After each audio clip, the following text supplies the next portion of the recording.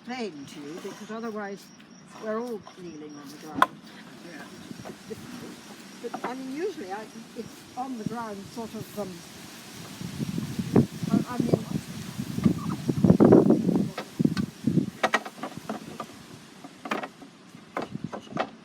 There we are. Now you want to do more uprights. That's quite a cool little contraption. Well, when you're teaching, you just have to line them up, but you need a couple of. As soon as you get one lined up, they're usually all lined up, but my legs are a bit thicker than this. Perhaps not. I haven't used this for a bit. Maybe I'm wrong. You want some thinner ones? I've got my knife there. I think. I had this lovely new knife given to me by my granddaughter, and I've had it open for weeks. I couldn't shut it. And I'm half through the cherry. You have to squish something in there. So it's not, I don't know why I'm having to do this, because usually they just go straight down. I wanted actually to make sure the holes are in the right place.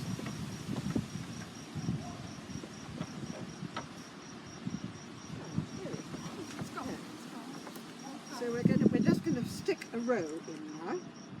So all along. All along. Tick, tick, tick. So well, they should go in. I don't know why they're not going in.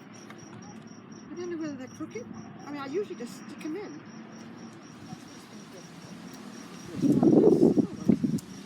I'm surprised. I haven't used this one for ages.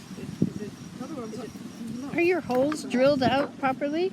Oh, there it I've goes. used this for years. I've used it for years. So Okay then.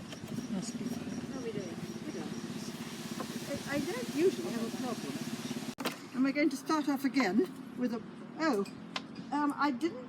On these you can't, but if I was in the garden, I would have two at the ends. Because it is easier to have two to make it stronger. And if you have a weak one, sometimes you're in the garden, give it a helper. Because, you know, these things happen. Probably if I'm on this wheel, that's what it'd be easier if I was on this side too. So I'm going to start away. This is my garden. And you'll find this is much easier because I don't have those tied at the top. So it's a lot easier for me to Yeah, do. this is just cracking up here, Ankaret. I know, they do. Just have to drop it. There we are. Now I'm going to join on. Come along. So it's the pairing that's the trick. And once, you know, I was always amazed because garden fences were quite popular for a while and none of the magazines knew about pairing. I always thought it was very interesting. And everybody was trying to weave it, just over and under. And you'll find it very hard to weave it over and under. It's just surprising how easy it is to do it with pairing. You know, because they hold them and they squash them up. So by pairing you mean using two at once? Yes. Yeah. Okay, yeah. And again, if you're a weaver, you can do this with wool and you call it twining, just to be difficult. So pairing and twining are exactly the same. Well, what I want to show you is what we get to a very exciting bit at the end here. And now another thing to notice about the way Ankaret does it is she uses it and just goes around one piece and then pushes it down. She doesn't like go across all of them and try to push the whole thing down afterwards, because sometimes you have to bend them just slightly to get around. And if you stick them all in, you know, and you try and stick it that way and push it down, you don't have the bends and it'll end up making your fence go crooked. And also, if you're being fussy, you get two about the same length, but you don't have to be fussy. Now I've got to the skinny end, so I'm joining two skinnies, which is sort of easy because we're getting to the end. And you can poke one in underneath that one. That's being helpful. Oh, you're on top, Ankaret. Go under. There we go. Yeah. So he's going, and I'm going to catch a cat. Don't let me catch you. No, you see. Sorry, person. It's my fun, not yours. Put those two behind. There we are. Now we'll put the other one in. There. It goes in. Now this one's coming, and this is the exciting one. It gets round to the end. Take the little one. But it Carson, oi, go away. He's having a grand time. This one, instead of stopping, it's going to go round, and it's going to come back, and it's going to go behind this one.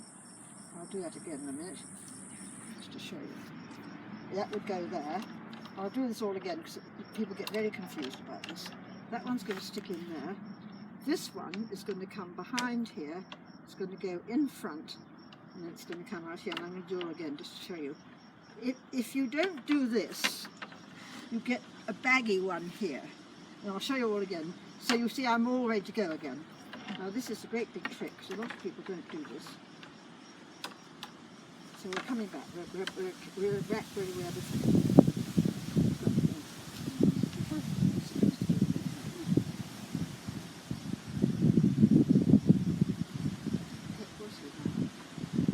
This one here, that one there, this one's here.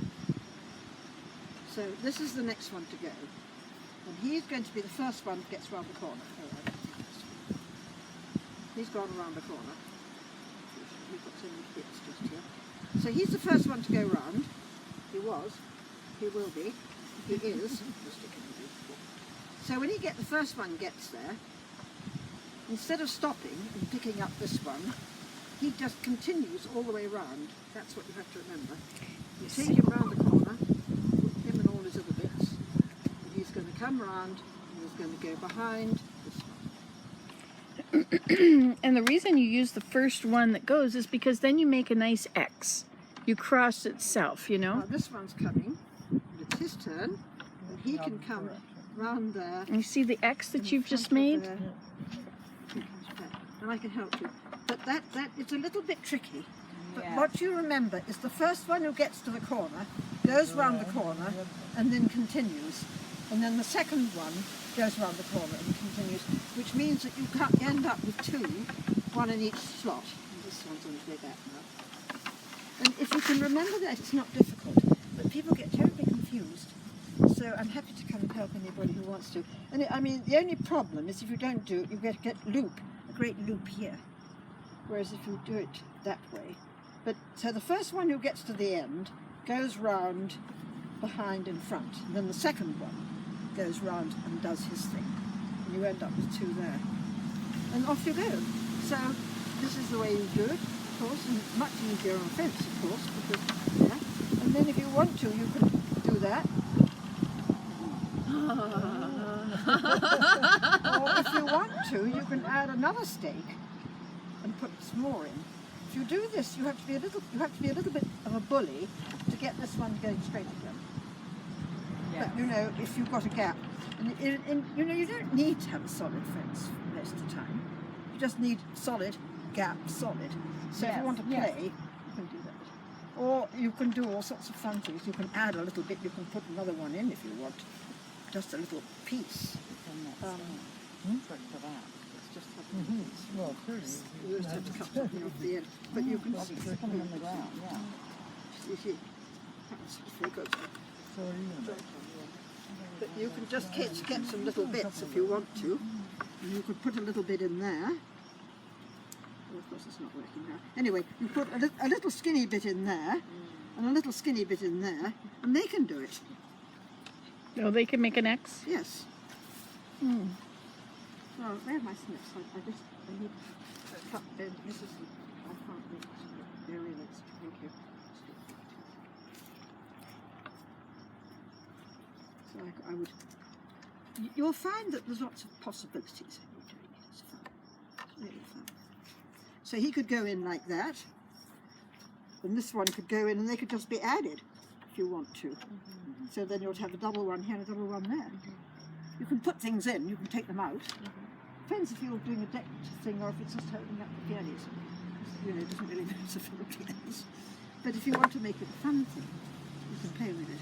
Now, we're going to get to the top, of course, and I can't really show you on this what to do on the top. But what we're going to do is we're going to, I call it a scallop border.